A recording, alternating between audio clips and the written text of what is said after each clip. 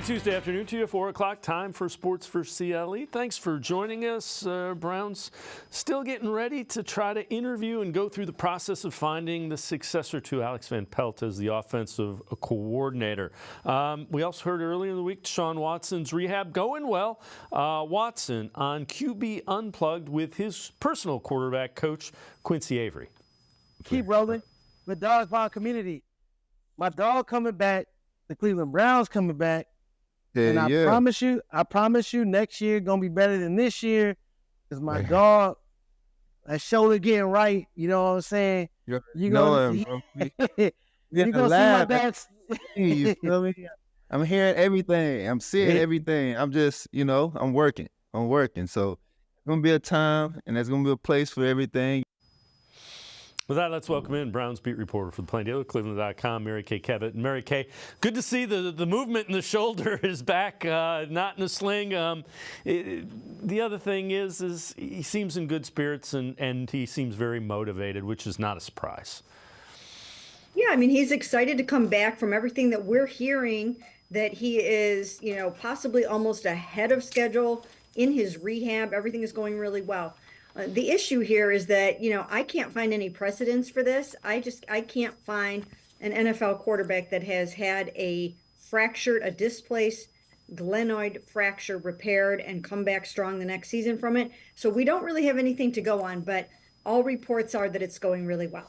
Yeah, the other thing is, he's obviously he wants to do well. He wants to show that the Browns made the right decision in doing what they did to get him. This is also from that QB Unplugged. Deshaun Watson, Cam Newton also a guest on that, talking about their approach to offense. Both of you guys, y'all think that maybe sometimes not being a game manager held you back because you both have tremendous ability to do things outside of schedule, and just not playing on schedule might have hurt you in your career? You go first, too. I say for me, I think not necessarily in a full game, but the first half of the game. Because Cam, a lot of time, I'm not sure if your OCs did it, but the first 15 plays, first 20 plays. Already started. Yeah, you know what that is. So you're trying to play within that. All right, this is where the ball usually go. You go throughout the week. You go throughout the different looks. All right, this, here. I never been a fan of that just because I know the other team's going to adjust quick, and I got to adjust because they're not going to play me the same way like the other quarterback. They're not going to play me the same way like Brock Purdy. You feel me? They're not going to play me the same way like a Tua because I can use my legs, I can run, I do a lot more movement in the pocket, things like that. So, for me, I think, the first half, I'm trying to figure it out, and, I start off slow. But once that third and fourth quarter come around, now you just calling your best plays. You trying to make some shit work, and you got to make – your playmakers got to make plays, especially in that fourth quarter. It's kind of interesting, Mary Kay. We saw that in the Ravens game, without question. But it's the other thing that both of them said is being a game manager is not a knock. It's not easy to be a game manager. A game manager understands the offense to the level that is needed to be understood to go to your third and fourth progressions. Yeah, I don't think that there's anything wrong with calling someone a game manager, even though it sort of does sometimes have a negative connotation. But I do think it's interesting that Deshaun is basically, saying there that he doesn't like the first 15 scripted plays. He doesn't want it to be like that. And that's just kind of interesting because there's going to be a new offensive coordinator coming in, maybe even a new play caller. Who knows, depending on how this all works out. And, he's got to speak up. If that's how he really feels, then he has to try to find a way to get some more leeway within those first 15 plays, or, it has to be something that he can feel comfortable with. Yeah, and you know what? Kevin Stefanski has shown he's more than – it's not like it's going to be Kevin Stefanski's way or the highway. I don't believe that even a little bit about Kevin Stefanski. Oh, yeah, absolutely. I mean, he always wants what the quarterback wants. He wants what the quarterback is going to feel comfortable with. And when he does script those first 15 plays, it's always with the quarterback in mind and what they want. So that's always been a collab.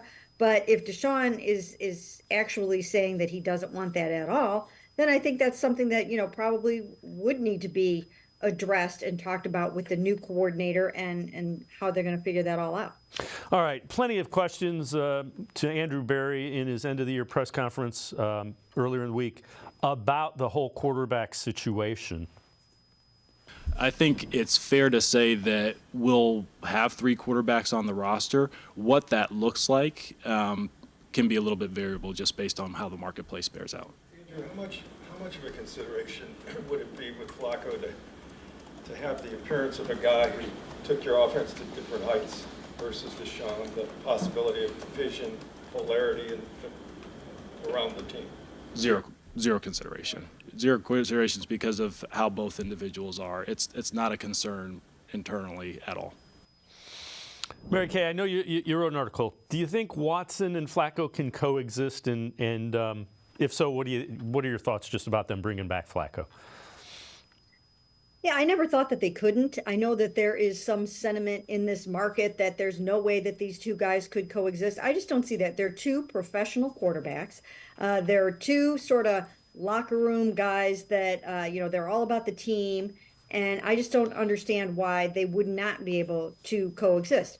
And if you're going to be building your roster and your team around worrying what the fans are going to say or how they're going to react or who's going to get booed, then that's just no way to build a football team. You do what's best for the team. You find the best people to put on it. If that happens to be Joe Flacco, so be it. I think they'll also look at other guys like maybe a Jacoby Brissett, maybe Joshua Dobbs, and some others. But I certainly don't think that that's going to be in play at all, that maybe these guys, maybe there will be division in the locker room or amongst the fan base.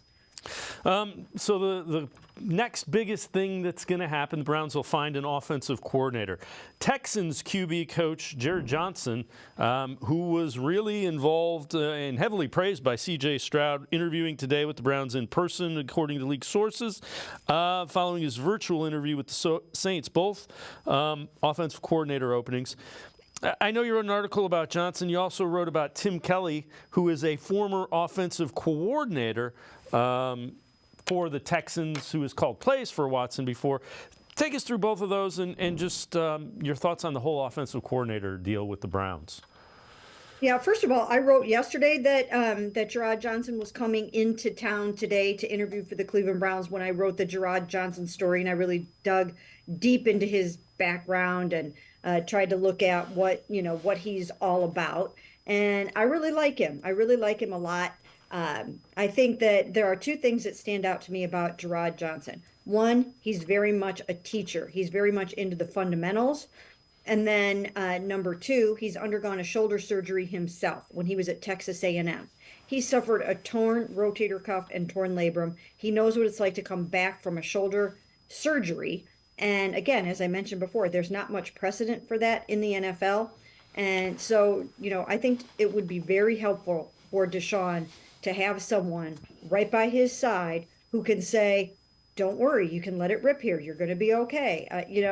I think just the psychological and physical aspects of coming back from that, I think that would be invaluable to have something like that. Now, having said that, Bobby Slowick, his offensive coordinator with the Texans, is going on 2nd interviews for head coaching jobs. He's probably going to get a job, and that means there's going to be an opening in Houston, and it would only be natural for Gerard Johnson to step up into that role, especially if he's getting offers from other teams. He's interviewed with the Browns today, and he interviewed virtually with the Saints yesterday. So, there's a good chance that he's going to go back to Houston, but if not, he's somebody that I would be very, very intrigued by. And what about Tim Kelly as well? Tim Kelly, you know what? To this point, I don't know that they have set up an interview with Tim Kelly, who was Deshaun's offensive coordinator in Houston. And Deshaun had his best statistical season under Tim Kelly in 2020, led the NFL in yards that year with 4,200 some. He was number 2 in rating at 112 something. He threw 1 million touchdown passes, very few interceptions, had a really nice completion percentage, and it was his best year. Now, having said that, they only went 4-12 that year, so it didn't translate into victories for them. But the Browns have a better team than that 2020 Houston Texans team.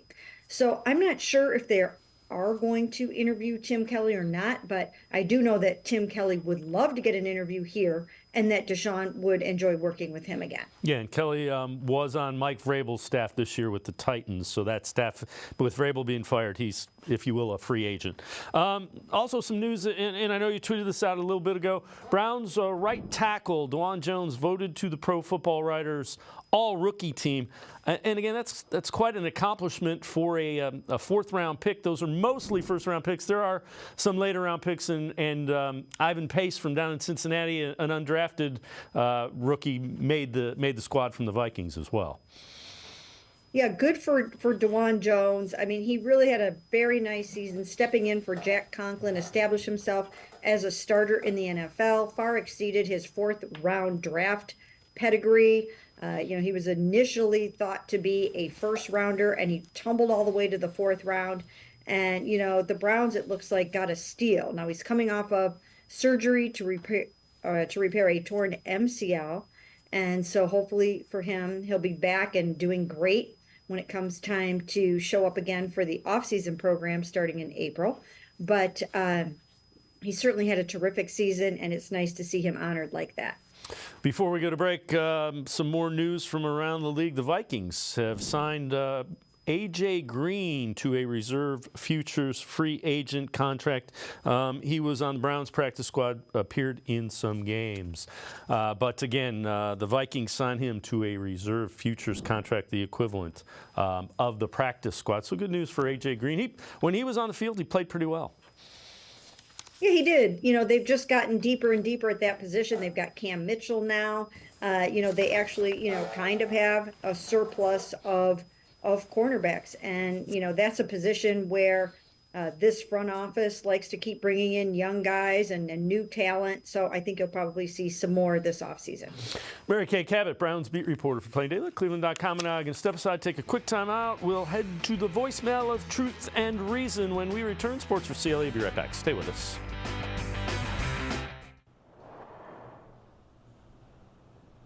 You might have expected all the games and all the excitement.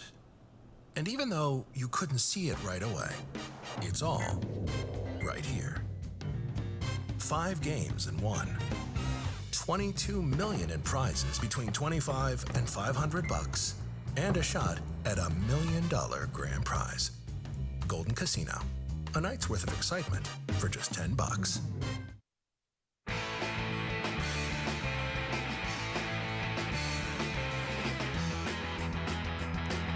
We continue talking Browns on Sports4CLE. So some coaching news from around the NFL. The Titans will hire Brian Callahan, offensive coordinator for the Cincinnati Bengals, son of the Browns offensive line coach Bill Callahan. Connor Orr from Sports Illustrated has this in an article that he wrote about the hiring of Callahan. It would be cool to reunite Callahan with his father, Bill, Browns offensive line coach. Doesn't sound like it's going to happen. Browns have been fiercely protective of Bill in recent years. He is among the highest paid assistant coaches in the NFL. Mary Kay, have you heard anything relative to Bill Callahan and the Titans wanting to hire him or any of that? Well, that's the first report that I've seen saying that it probably won't happen. I know that Brian would probably enjoy working with his dad. He has stated that before. And, if these two guys wanted to be together, I wouldn't see the Browns, putting a roadblock in their way. So I guess it just depends on, does this happen maybe down the road? Does Bill finish out his contract here and then maybe join Brian at some point? So, we'll have to see how it plays out. Yeah, absolutely. And again, think of how much Kevin Stefanski has said he's been a resource for him and what a resource he could be to his son who's getting his first chance to be an NFL head coach as well. Yeah, I mean, if Brian wants him, then, those guys would probably try to find a way to make it happen. But the Browns certainly don't want to lose Bill Callahan. He's been tremendous for them in so many ways. So, I suppose that that Connor Orr, has some inside intel that is telling him that he's probably not leaving here. But, we'll just have to see how it goes. All right, let's head to the voicemail of Truth and Reason. This on fans' mind as well. This is the Bishop. I've called him before. However, if in fact that Callahan gets the job for the Titans, his father is probably going to go with him. If his father goes with him, I would hope that the Browns make an all-push for Joe Thomas to be the offensive line coach. Immediately pay him what he has to get paid, and Kevin, get out of the way. Let Joe handle the line. Thank you. Appreciate all the voicemails. Here's the if, Mary Kay, and that's again a big if. The Browns do, in fact, lose Bill Callahan. Scott Peters, his assistant line coach who's been with him for a number of years, is a guy that's really well thought of across the league. They also did interview Andy Dickerson, offensive line coach for the Seahawks, for their offensive coordinator position.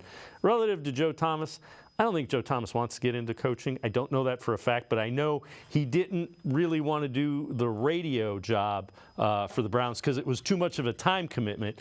That's a fraction of the time it takes to be an offensive line coach. Well, Joe is over coaching in Germany right now. And he's got his whole family over there, and they're over there probably until May, I think. The kids are all enrolled in school, and Joe is testing this out just to kind of see how it goes. In part, as a family, they wanted to have this experience where they were just all together as a family unit over in Europe, because his wife Annie's family had done something similar when, when she was little. So he's getting a taste of it now.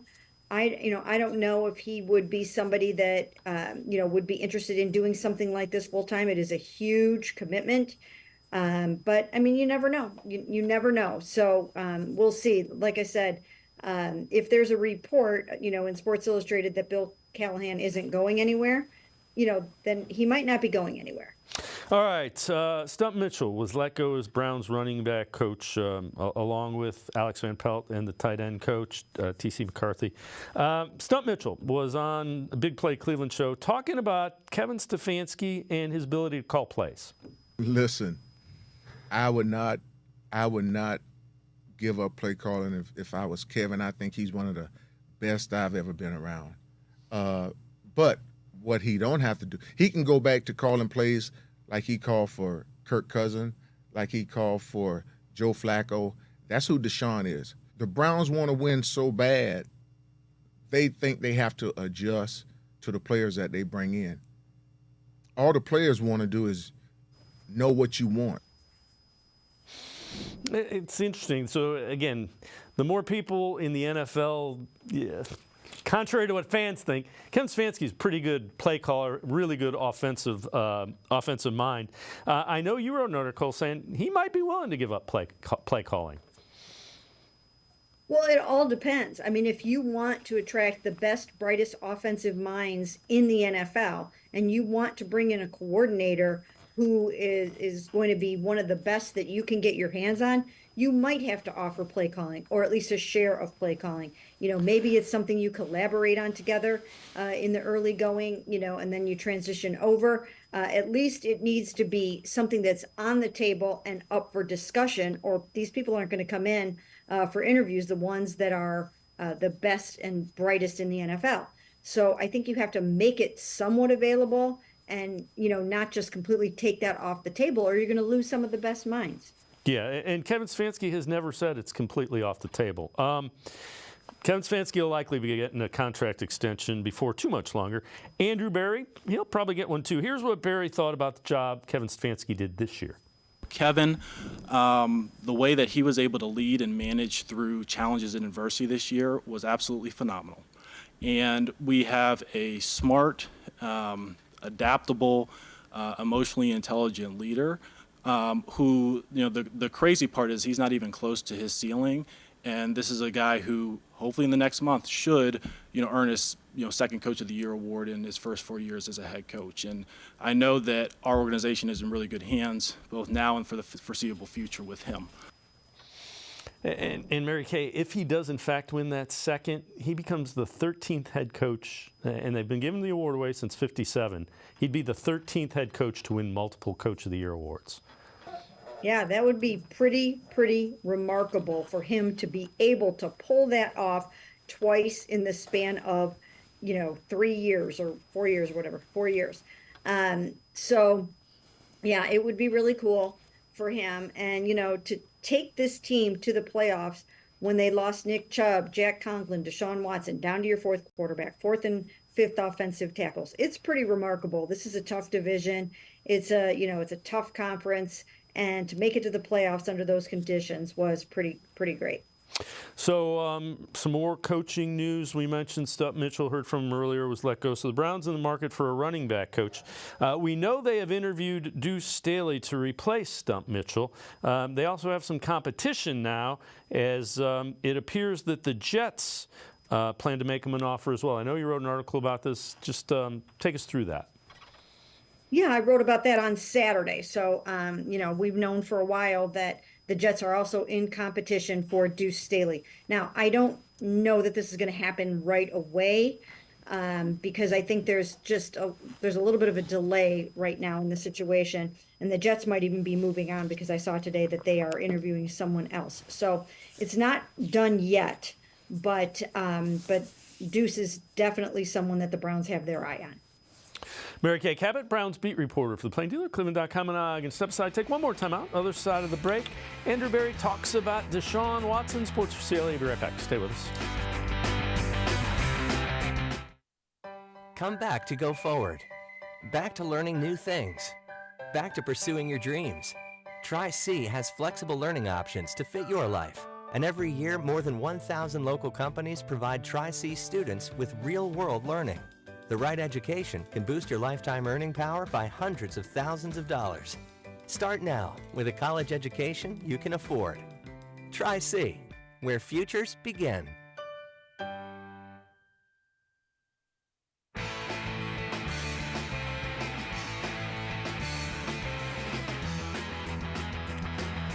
We continue talking Browns with Mary Kay Cabot, Browns beat reporter for Plain Dealer, cleveland.com. Andrew Berry was asked about the Deshaun Watson trade during his end-of-the-year press conference. When we made the trade, we really looked at it as, hey, this is something that we'll evaluate like a 10-year time horizon because these guys play. Obviously, we want him on the field, more often than he's been. He can't help the shoulder injuries this year. But we're really pleased with him. He's very talented. He's very hardworking. He's adaptable, and we really feel good about him moving forward. Mary Kay, they haven't been able to get a stretch of games. Even in those 11 games, it's been kind of in for 3, out for 3, in for a couple, injured. He 4-1, 5-1, depending on how you want to do it. It's pretty good for this year's record. Yeah, it was just such a disjointed season, as you mentioned. He was never right with that shoulder after suffering it in that Titans game early on. And it still is so hard for me to believe. And we are told that the strained rotator cuff and the subsequent fractured glenoid bone were 2 different injuries, happened in 2 different games. I still have a hard time believing that, that huge impact that he suffered in the Titans game didn't somehow result in a hairline fracture of the glenoid bone that maybe went unnoticed. They say no. So, I'm not trying to, break something here. That is absolutely not supposedly what happened, but it just seems so coincidental that he takes this massive traumatic blow and then his shoulder's never right the whole entire rest of the season. So, he's going to have to hope that, that he can come back strong from this because, like I said, I can't find anyone who has suffered a displaced fracture of the glenoid bone and then come back as a quarterback in the NFL. It's just not out there so that you could say, oh, yeah, this guy did it. So it's just, they're going to be breaking new ground in this regard. And, everyone's just going to have to hope that it works out the way they hope. So this is kind of interesting. This is from the NFL on CBS tweeting this out. Most receiving yards this season, and it includes postseason for tight ends. So Travis Kelce won at 1,130 yards. George Kittle also over 1,000. David Njoku, 25 yards short of 1,000, ahead of Laporta and Ingram. And Mary Kay, we finally, you and I have been talking about this, it seems like, for 2 years. David Njoku finally became the weapon that everybody thought he could. Yeah, he really did. He really did. I think the change up week to week in quarterbacks this year really hurt him mid-season for a while. But then when Joe Flacco came in and throws such a catchable ball, and I wrote a whole story about that, that he throws such an incredibly catchable ball, that it was beneficial for Amari and for David Njoku. I think they both made the Pro Bowl because of Joe Flacco and what he was able to do in those final 5 games. So it brought out the best in David, and hopefully for him, he'll have that same kind of success with Deshaun, because, again, I've said it for years, he is an 8 touchdown a year tight end. All right. This from one of your Hey Mary Kays. What do you think the top priorities in the offseason are for the Browns? Well, I know what mine would be. I don't know exactly what theirs are. I think they're somewhat obvious, but I think they need a receiver. They need to go out and get another weapon for Deshaun Watson. It's got to be a Pro Bowl caliber receiver. They need to sign a veteran backup quarterback, such as a Joe Flacco or a Jacoby Brissett. And then they need to also add a double-digit sacker, or someone who can just bring it and bring the heat and get the kind of pressure that they need. They just didn't have anybody else on the football team that had more than 5.5 sacks, except for Myles Garrett, who had 14. And again, they're all about disruption and pressures, and bringing the pressure as opposed to getting the sacks. But there's also a lot to be said for sacks. I don't care what anybody says. So I think they need that guy. And I don't know if it's Zadarius Smith, they bring him back, or they find someone else. But they have to have someone else that can get a bunch of heat on the quarterback. All right, before I let you go, take a look at this. Alex Van Pelt, Browns offensive coordinator who was let go, will be interviewing for the Raiders offensive coordinator job.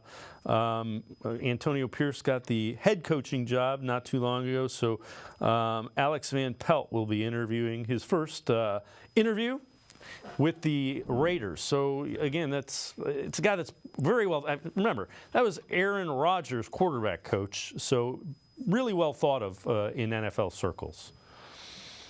Yeah, he really is. And again, I think it was really more of a paradigm shift than anything. It was a shift in philosophy towards more of the kinds of things that Deshaun Watson is going to want to be doing, and more of the dual threat style of quarterback. Alex Van Pelt is very steeped in the West Coast offense, and I think that they were just looking for some fresh ideas. Mary Kay Cabot, as always, great stuff. Appreciate the time and the insight. Thanks very much, Mary Kay. Thanks for having me. Mary Kay Cabot, make sure you check her out. Always great Browns coverage. Cleveland.com, as well as the pages of The Plain Dealer. We're going to step aside, take a quick timeout. Other side of the break, Fred Greetham from the Orange and Brown Report. We continue talking Browns on Sports4CLE.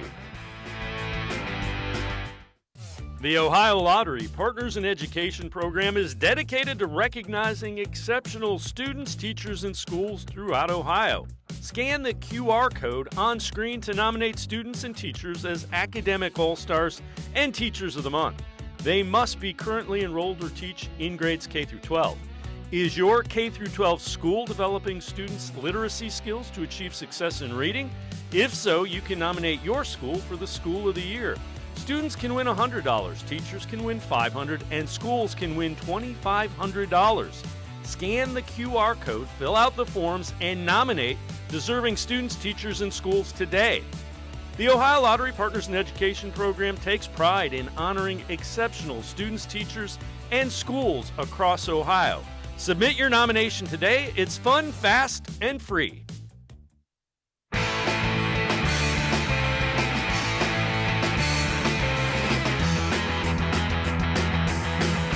We continue talking Browns on Sports4CLE. Andrew Berry asked if evaluating the roster was tough this season because of all the injuries. it's not hard. Like, you have injuries every year, and also there's no perfect roster in the NFL, so there are always things that that you're able to improve. And then probably the last thing I would say to that is, I talk oftentimes about every year is unique. It's not like you just pick up and week one next year is like the 19th game, for instance. Things really do change, and I think one of the traps that teams or organizations can fall into is just like, okay, here's where we were at the end of the year. That's going to be our base case, our baseline level of the roster going to next season. We don't really look at it that way. We try and remove ourselves from the emotion this season, take a objective analysis of it, and then really project moving forward. With that, let's welcome in Fred Greetham, senior analyst for the Orange and Brown Report. Fred, when you look at it from that snapshot, gives you a pretty good indication of why they felt like they needed a new offensive coordinator. That offense has to be better with Deshaun Watson in 2024. Yeah, Dave, good to be with you. Yeah, that was a pretty good question. I just happened to ask that one. No, just kidding. But no, I really think that I like that they're approaching it. And, you can say that, but you don't want to just say, well, it'd be easy to say if Deshaun Watson's back and Nick Chubb's back and your top 3 tackles are back, everybody's healthy, we're going to be fine. You don't want to take that for granted. And what I was trying to get at is you had upwards of 15 key contributors not playing in the playoff game, either on injury reserve or injured for that game. And so, I mean, there's some pretty good talent that wasn't playing, and it's hard. Everybody has injuries, but I don't know to that extent. I mean, the final 4 teams playing, this week all have their franchise quarterback playing. And, for the most part, they have dings and that, but they all have their main guy at quarterback playing and so forth. So I do think that they needed to take an approach. You were expecting the offense to really be dynamic this year, and we know they went through 5 quarterbacks, but they still finished 16th in the league, and that's right dead center, and I don't think that's anybody's expectations. And so it tells me that even though they were without all those quarterbacks and keep Nick Chubb, that they feel that it was more the scheme just needs to evolve. It's got to be better. And I like that approach. Now, last year when they did that with defensive coordinator and special teams, I think it was a home run in both cases. Now the question will be, will they be able to do it on the offensive side? Yeah, absolutely. And good teams evolve like that. It's not unique to the Browns. A couple years ago, the Ravens changed out their defense coordinator. Last year, they changed out their offensive coordinator. So it happens. I know you wrote an article, and I'm curious about this one. What additions do you think made the biggest impact for the Browns this season? Yeah, it was a week or so ago, and, I can remember off the top, I didn't read it again, but Joe Flacco, I thought, in only playing 5 or 6 games, you got to say he made the biggest impact, because I cannot definitively say this team would have made the playoffs without him. They were stumbling along with P.J. Walker, and then Dorian Thompson gets hurt. You don't know what he would have done. And so I really think you got to say he was the biggest impact, even though he wasn't signed till November 20th. And Dustin Hopkins, I mean, it's unfortunate he didn't finish the season, but, that's why I would say Flacco would be one, because you made the playoffs without Hopkins. And then, guys like J.O.K. I thought had a big season, and some of the additions, that Darius Smith, Elijah Moore, none of them really were, over the top, but I think I ranked the top 20 additions that weren't on the team the previous year. Most of the major players were players that had been on the team from a year before, but the new guys, I think I had Flacco 1, and Hopkins 2, and Zadarius Smith 3, and guys like Dalvin Tomlinson and Elijah Moore, James Prochet. I mean, they all had a role, and they helped, contribute to the team. Yeah, take a look at this and kind of along those lines. Biggest surprises from 2023. This one from Browns Wire. They listed Dustin Hopkins, the kicker, DeJuan Jones, who earlier in the show we found out was named to the Pro Football Writers All-Rookie team as a tackle, Jeremiah Owusu-Koramoah, and Joe Flacco. Let's kind of focus a little bit on Jones and Jeremiah Owusu-Koramoah. Particularly later in the year for JOK, he really seems to have kind of kicked it up a notch to where you thought he could be, and I'm anxious to see what lies ahead for him in Jim Schwartz's style of defense.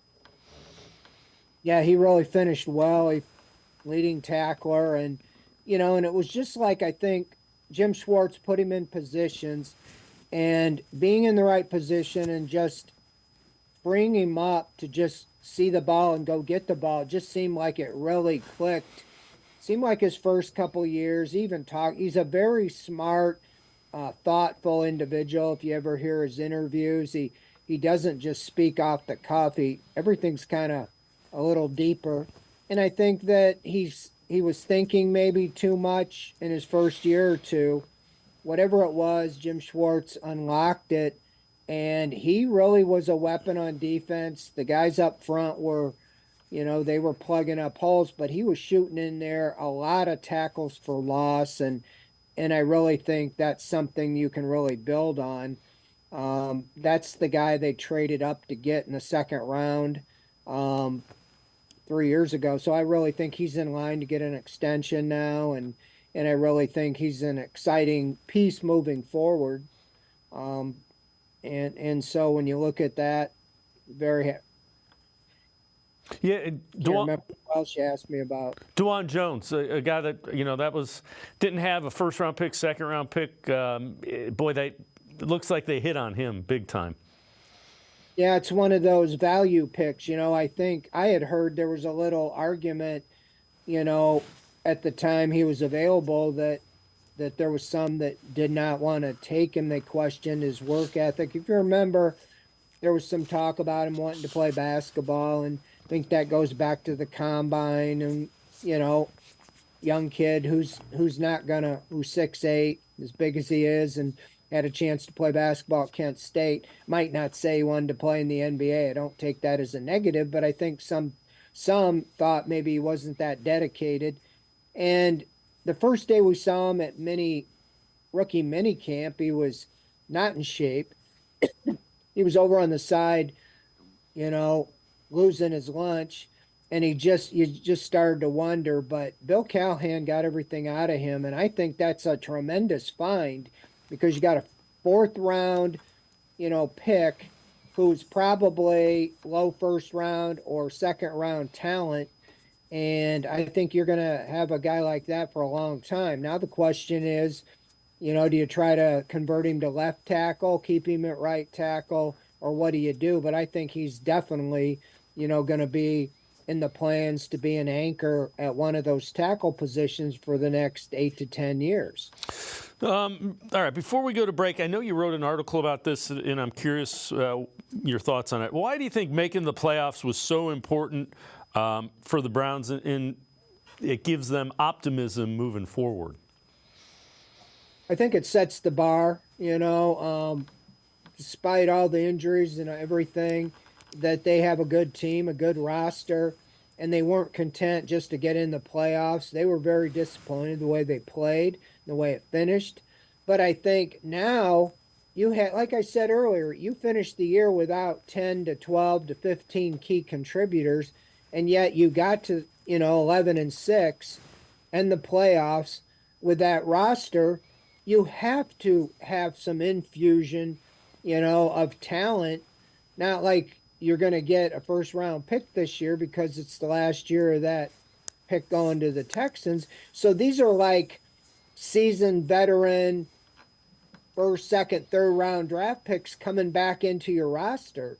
healthy. So I just think that it gives you optimism looking ahead, knowing that you were able to develop depth, that now if that depth goes back to the depth side of it, now you have not only a solid front line, but you have guys experienced that have been through a playoff run and are ready to hit the ground running in 2024. So I just think it just kind of, you're trying to create a winning culture mentality every year instead of just, oh, we made the playoffs and then maybe we're not in the playoffs for 3 years. You keep this going. To do that in AFC North, I think, was a big step with all 4 teams with a winning record. And I don't think anybody would think without Joe Burrow, now him coming back, the Bengals wouldn't be in the mix again. So the gauntlet in this AFC North is just big. And I just think these big games down the road and getting into the playoffs will help the team long term. Fred Greetham, senior analyst from the Orange and Brown Report. Now I'm going to step aside, take a quick timeout.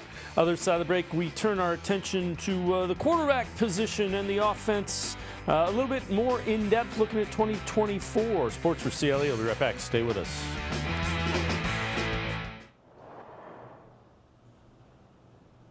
You might have expected all the games and all the excitement. And even though you couldn't see it right away, it's all right here. 5 games in 1. $22 million in prizes between $25 and $500, and a shot at $1 million grand prize. Golden Casino. A night's worth of excitement for just $10.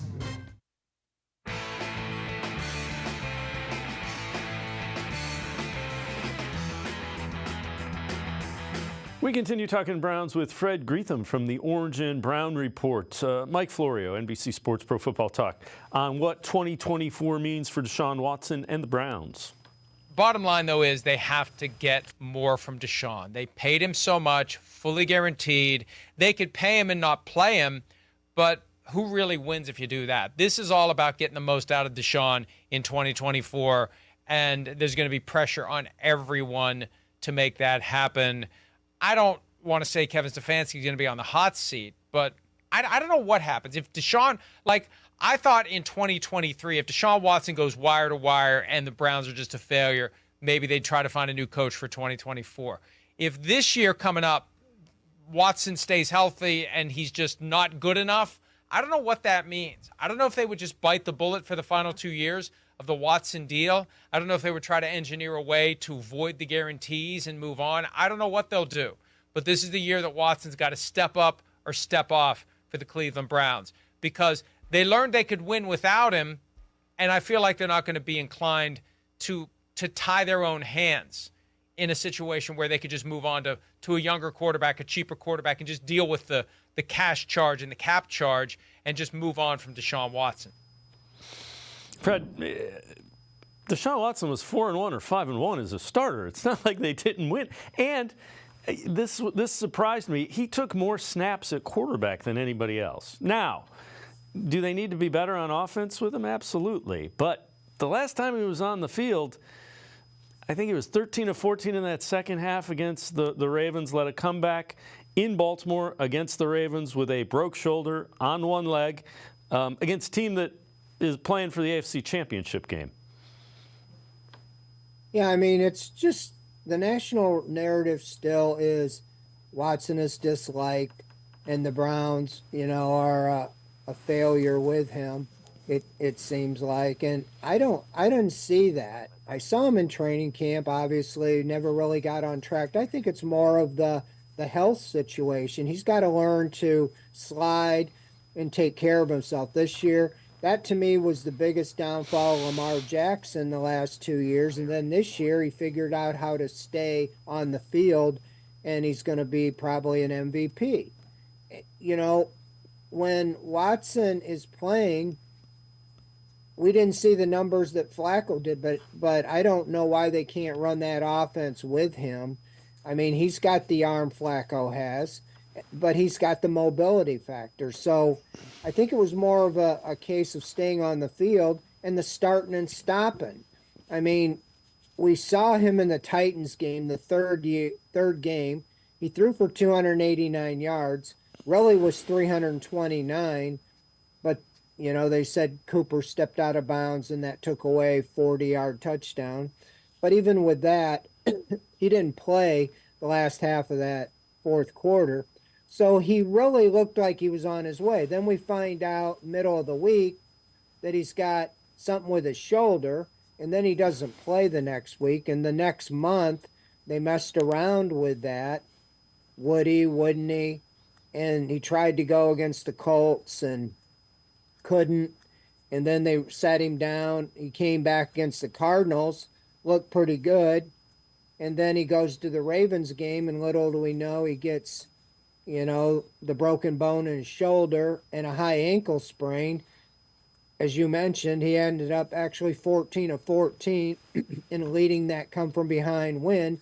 And that's really the last time the Ravens lost, unless you want to count that Steelers finale when they rested everybody.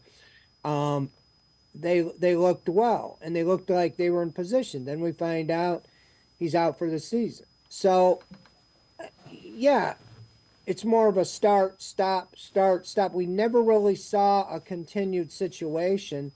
So I think more than anything, he's just got to stay on the field. He's got to be healthy. He's got to get healthy. And he's got to quit thinking about, and if there is any pressing to him, he's got his money whether he plays or not. He saw what Joe Flacco did. You got to believe that the guy can perform, at a close level to what Joe Flacco was doing. I mean, he's got more athleticism. He's got all the way around. I just think it's staying on the field. Like I said, I think he was on his way after that Titans game. We won't know.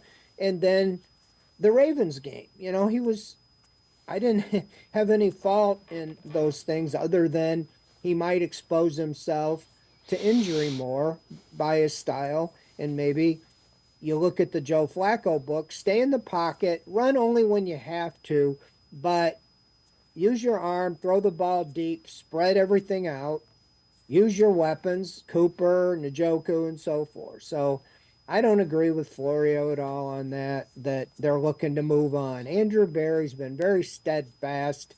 They believe Deshaun Watson is the franchise quarterback. Yes, they have to pay him, but they're pretty smart in how to figure things out. And if they were done with him, they would figure out how to move on and move around.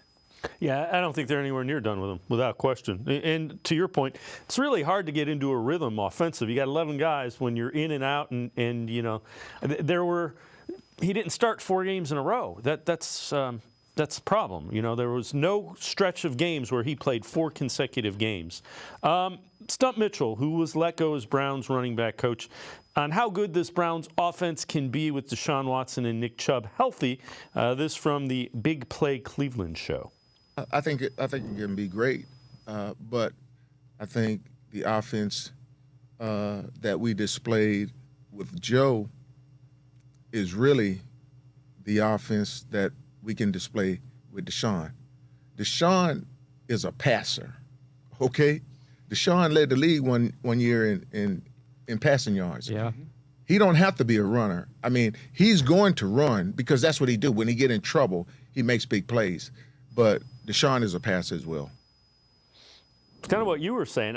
That's an interesting thought that you can run the same. I didn't think that, but when you explain it in those terms, it's an interesting.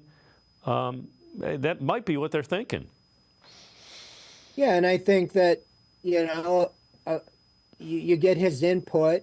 I saw an offense down in training camp that I really never saw this offense get going, and I think a lot of it was in being in sync. But what I'm saying there is Watson has every bit of the arm that Flacco does.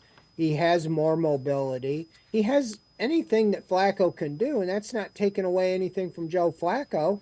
But Flacco was not a threat to run. I just think that, Watson just got to, do his thing. We never saw the deep ball really get going, and whether it was because of the line or whatever it was.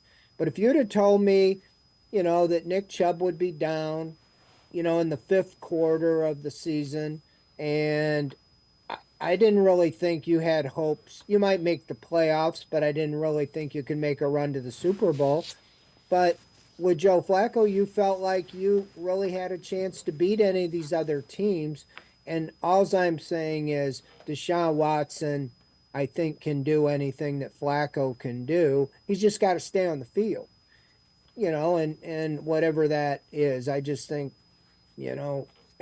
whether it's bad luck or whatever, that the shoulder, when it's your throwing shoulder, it kind of takes away from being a passer. The question is, will he be able to return and be, 100%? But like Stump said, he led the NFL in passing yards in 2020, and that's where I thought maybe you look at his offensive coordinator, Tim Kelly, who was with him in Houston, or this Jared Johnson, who is the quarterback coach down there, in Houston with C.J. Stroud, and I think he has some familiarity also with Watson. So you want to tailor it. If you're all in with him, you want something that he's really in tune with, and I think more than anything, they just got to simplify things and keep him on the field just so he can play, because he's not going anywhere.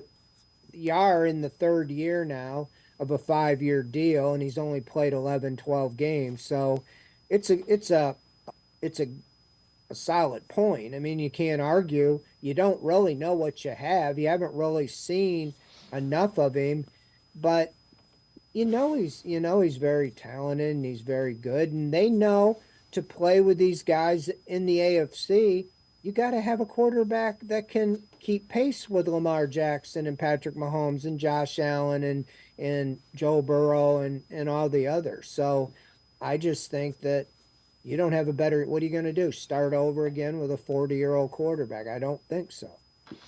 Fred Greetham, senior analyst from the Orange and Brown Report. Now I can step aside, take one more time out, other side of the break.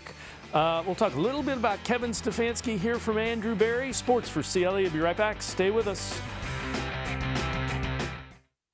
Come back to go forward. Back to learning new things. Back to pursuing your dreams.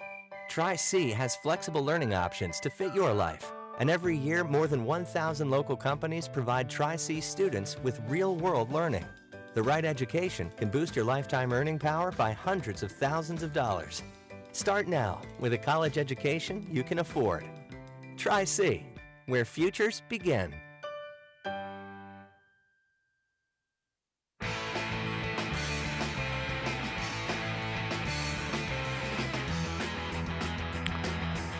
We continue talking Browns with Fred Greetham, senior analyst from the Orange and Brown Report. Andrew Berry talked about what he has seen from Kevin Stefanski as head coach of the Browns. We talk a lot with employees across the organization of hiring people with a growth mindset, people that are continuous learners. And I think you see that in, not even just great coaches, but, probably high achievers across industries. Like, if you even think about, like Andy Reid might be my favorite. Here's someone when he was a 40-something-year-old first-time head coach in Philly, and you look at how he's evolved as a coach or leader, an offensive mind, to where he is in Kansas City. He never stayed stagnant, and we see those same characteristics in Kevin. And I would suggest that probably everybody in this room has seen him grow and evolve as a leader and coach over these past 4 years. How he led and managed the year this year, where I don't know how he wouldn't win Coach of the Year this year versus his first year, were different. And I think the second part of it is, like, I always say, like, Kevin is like, he's the best of us. Like, on a just a human level, he like truly is the best of us. And I think that authenticity really, really allows him to be an exceptional leader for our organization. Freddie mentioned, Andrew Berry mentioned Coach of the Year. If Kevin Stefanski wins his second Coach of the Year award, he'll only be the 13th head coach to win that award multiple times. They've been giving it away since 1957. So it's pretty elite company when you think about that. Yeah, in watching him since he's been here, at times he's frustrating, on a day-to-day basis, but I get his job and little information. And, and that's him. But I think that steady at the steering wheel, really, he seems to be his best in adversity. That first year was the COVID year. They went to the playoffs. You wondered how they were doing this when you'd get to a Friday and then announce, okay, these 6 starters are out because they have COVID, and they had a good year. This year, you had all the injuries and so forth, and I just think in adversity, the players look in the eye of the coach, and he's like, all right, what's next up? And when you have success, that breeds success, and the players then bought in and believe. By the end of the year, Dave, there's no question. When you talked to a lot of the players, you felt like you were talking to Stefanski. They were saying, well, we just got to go 1-0 this week, and it was the same cliches that he says. And so you kind of knew they were buying in because they talked like their coach.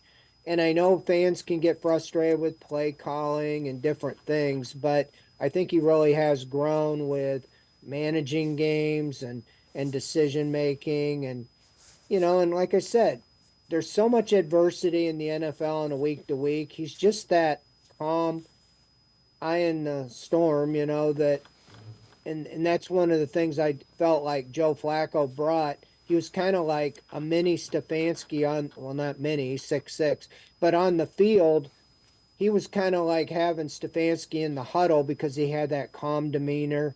And these young guys talked about looking at him, go, man, this is the guy who won the MVP in the Super Bowl, so if he says everything's good, we're good. So I just think Stefanski has got the players to buy in. It wasn't too long ago that there was a lot of dysfunction, or chemistry when Baker was here and Odell was here. And even last year we talked about the locker room not being on the same page. And they went to Greenbrier. Whatever they did, it was a different team this year. The players, they brought in veterans. Andrew Berry did.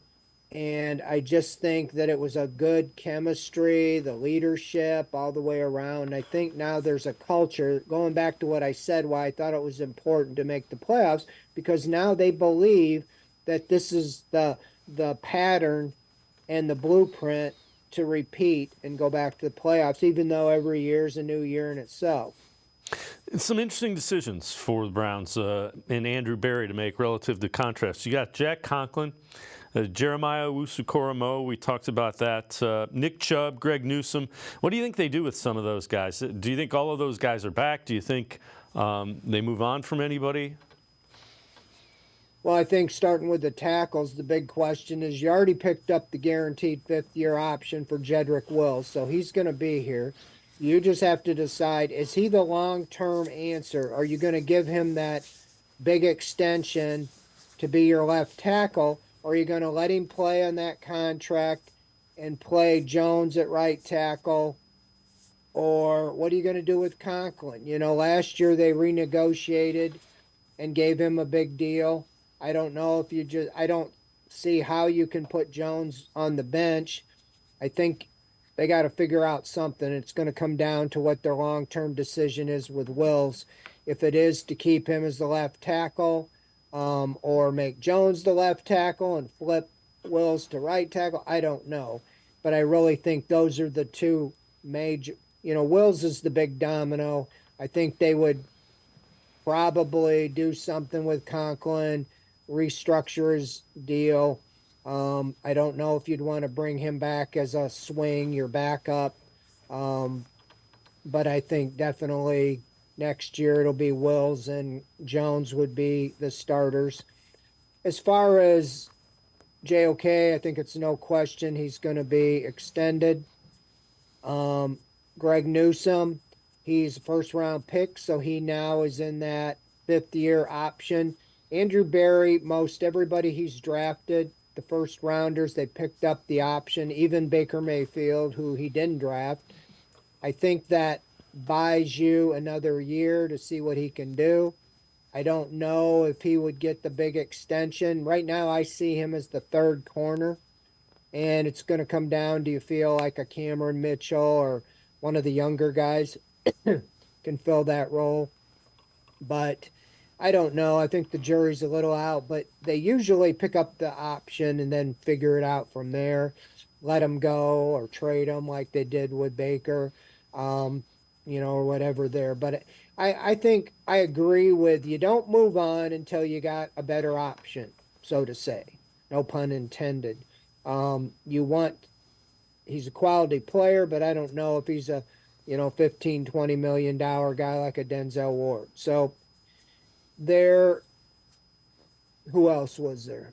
Yeah, that was Chubb, and I would assume that they just kind of find a way to minimize the cap hit with him. I would think. I see that being like a Jack Conklin, restructure, give him guaranteed money. I think with Conklin they gave him guaranteed money up front and then spread it out.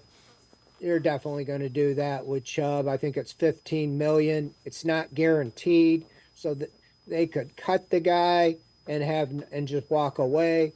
Andrew Berry said they wouldn't, do that, and so I'm sure they're going to restructure and extend him. The hard thing with that is there's no question in my mind Nick Chubb will be back on the field, but will he be a 6.2 yards per carry back or a 2.83, or even a 4-yard carry? I mean, that's a major injury. If anybody can do it, it'll be Chubb. And so it's very difficult because you look at the business side of it. Do you go get another running back, or do you just sentimentally say, well, he's going to be there, So I think he'll be back, but I don't know at what point next year he'll be back, and I don't know if they even know what type of running back you're going to be. Sometimes it's the following year after a surgery when you're totally healthy. Then he'd be like 29. So there's already a question, would you extend him to begin with if he was totally healthy?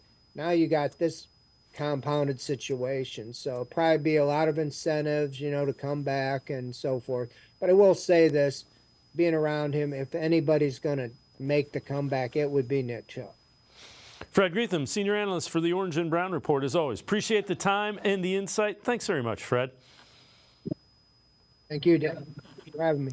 Fred Greetham from the Orange and Brown Report. Make sure you check him out. Always really good Browns coverage. It's going to do it for this edition of Sports for CLE. We'll see you back here tomorrow at 4 o'clock. Have a great night, everybody. See you tomorrow at 4 on Sports for CLE.